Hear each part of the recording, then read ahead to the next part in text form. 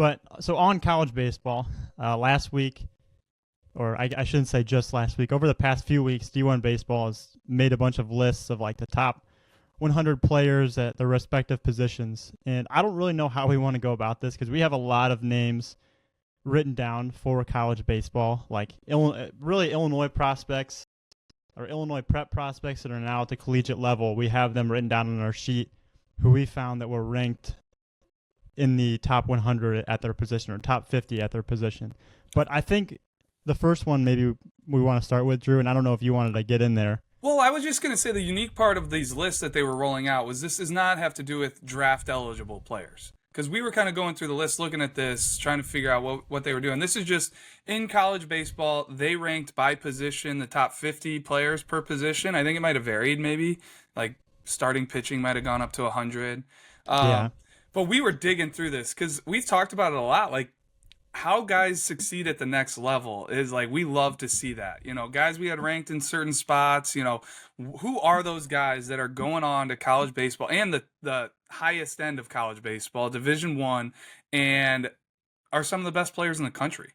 And then to see the amount of Illinois players that land on these lists, just it fires me up. It's guys we have a ton of history with looking through this list, Gavin, all the former like future game guys, I mean, and then just pro case guys and Dom Vagley, like a guy we had on the podcast. But yeah, I don't know the best way to go through this. I could just rattle off the list and like what events they had come to in the past. But yeah, just any noteworthy ones you want to mention. I might as well just lead with Dom Vagley, right? That's what I was gonna say.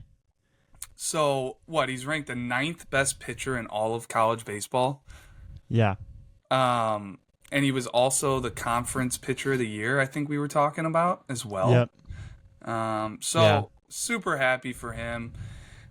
Columbia prospect, like just right down in the Metro East area and just doing his thing at Kansas. I just think the coolest thing for me with this is like, as a kid that grew up in a really small town, you see another small town kid do something like that.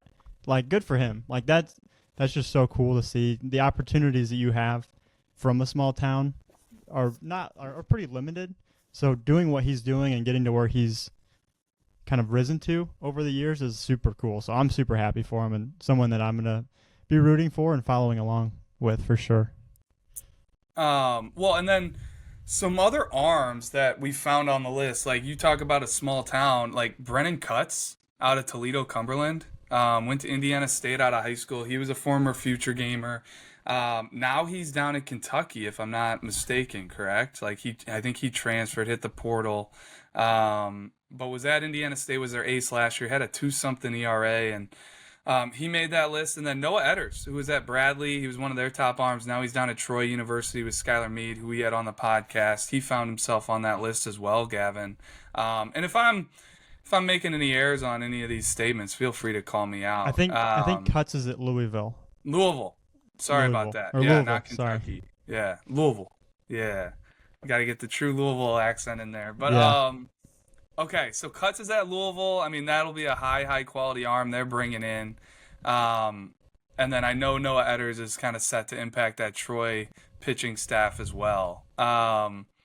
And then going down the list, like you've got 2 back-to-back infielders listed here. Like Estevan Moreno was a fan favorite of mine, Montini Catholic prospect, or product, I guess I should say. But he was a future gamer, also a pro case guy, and that's really like he really had me a big fan at the pro case. I remembered it was at Triton one summer when we used to run it in the summertime.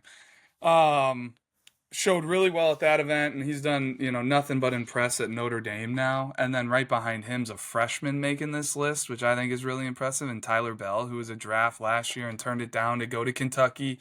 He finds himself on campus at Kentucky and he's listed as a top 50 shortstop by Division I baseball. And then Jimmy Janicki, another future gamer, Downers Grove North product.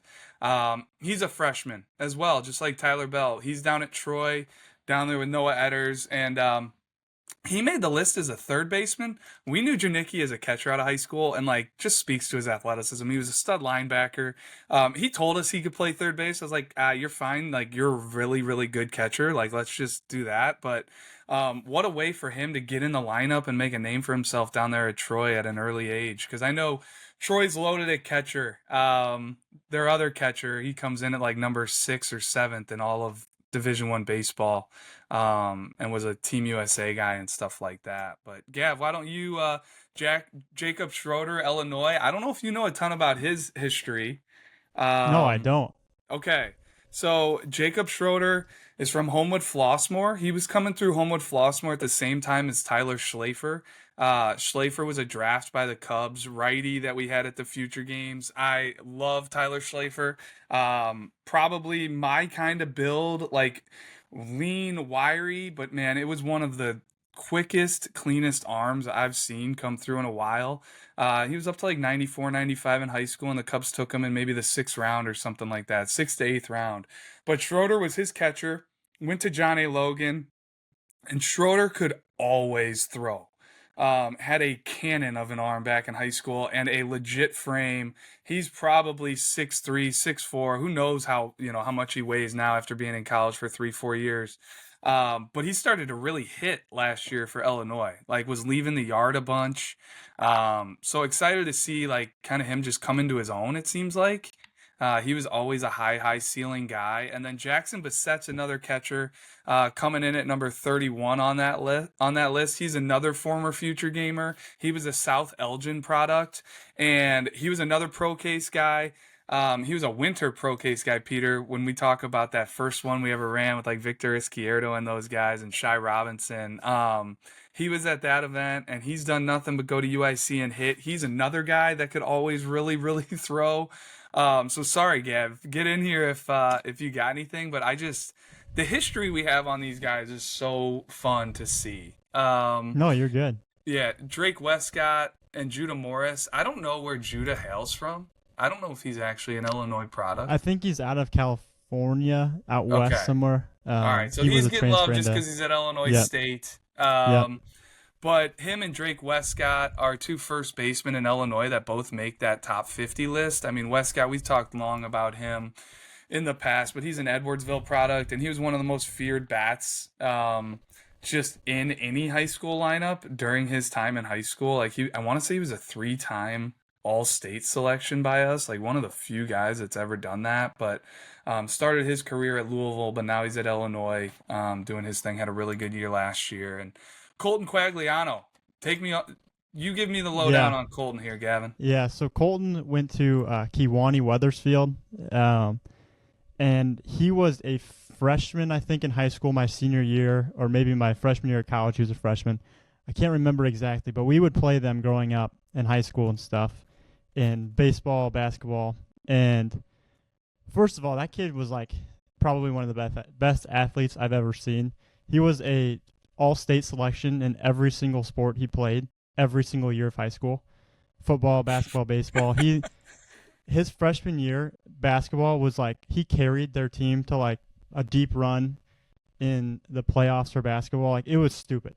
He was just an athlete, like an absolute athlete. And then he went to ICC for baseball, and he must have. I didn't really follow, but he must have done well enough for Illinois to pick him up. And I know at Illinois now he's, obviously doing well. He's a top 50 second base prospect player by D1 baseball this year. So no, Love it's a cool story. Like another small town kid just doing things at a big time school. Yeah, and right behind him, Bo Durbin. We're talking about second baseman now. Like Bo Durbin makes that list, and he's at Bradley. He's from Morton, and I think it kind of speaks to like everybody pops at a different time. I went back and I was watching videos of like what we had on Bo Durbin. I didn't have a ton on him out of high school, and maybe we missed on him. Maybe he got a lot better, but like your story is not written in high school. It's all about getting better every day and being as good as you can be when you're 21, 22, 23. Seeing Bo Durbin on that list like fired me up. And Morton is, no shortage of having legit prospects coming out of there. So that one kind of snuck up on me, Gavin, but was a And really cool one to see. I feel like Bradley does a pretty good job of getting those guys from that Peoria area. Like I remember when I was in high school, like the Shadid brothers were there, and like Yep. they had really good careers at Bradley. And there's Spencer another Gay, guy. I know, Yes, was another one. he was like a year older than me from Morton, left-handed hitter, outfielder Dan. I think his first name was Dan Dan Bolt something. had a great Yes, career. Dan Bolt. Yes. Yes. But no, they always, and I mean they've got Ryan Schaffnick coming from Morton Yep. in the 2025 class. So like they always do a good job with the Peoria schools. Absolutely. And let's see, going down this list, we've got a couple outfielders. Some outfielders that make the top 50 slash top 70 list. Daniel Pasella, Illinois State. He's a Mundelein product.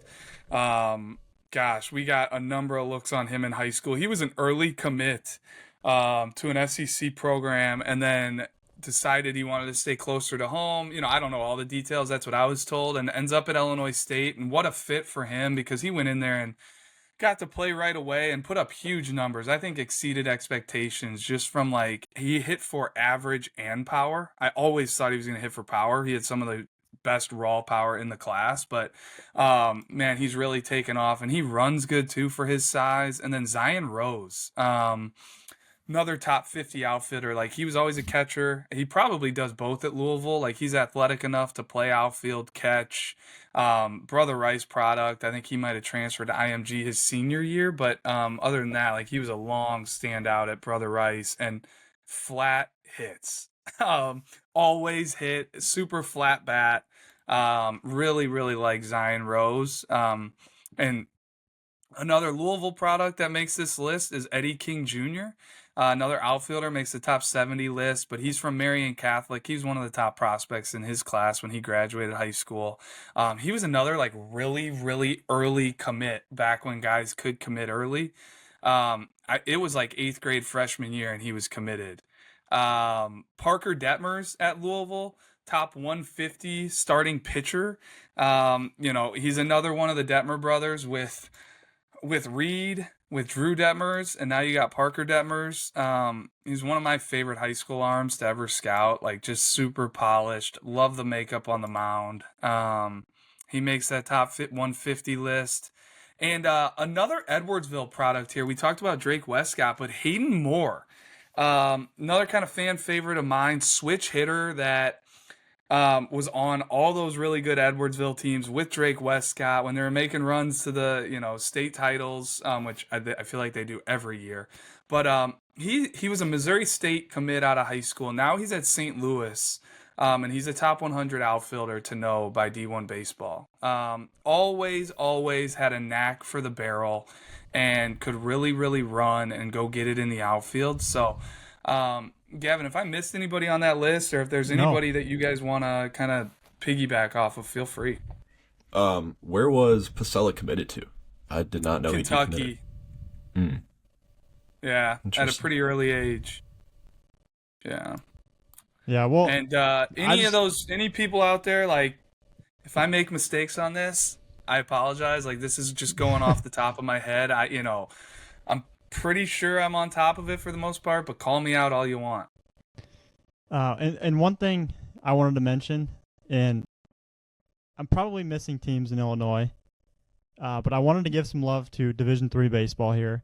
And I just saw this being in the community here in Bloomington Normal, but Illinois Wesleyan was projected to win their conference, the CCIW, this year. So, I'm sure there's other schools in Illinois, other Division III schools in Illinois, D2, JUCO, all that kind of stuff that we're not touching on. But I just saw this come across my desk, and I thought it was right to shout them out. So I just wanted to give some love to Illinois Wesleyan over here in Bloomington.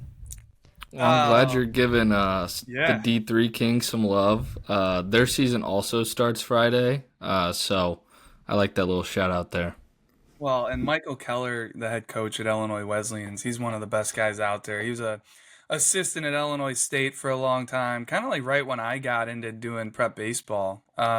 He was taking the job at Illinois State as an assistant, and over there with Stalloway and those guys. But that's awesome to hear that they've got that place rolling. And I mean, Benedictine up here in the Chicagoland area and North Central College are always like just programs you better know about, and especially like every sport at North Central College seems to be a favorite to win the D3 national championship every year. I'm pretty sure their football just took home another one, and like I don't know if it's wrestling or cross country or something.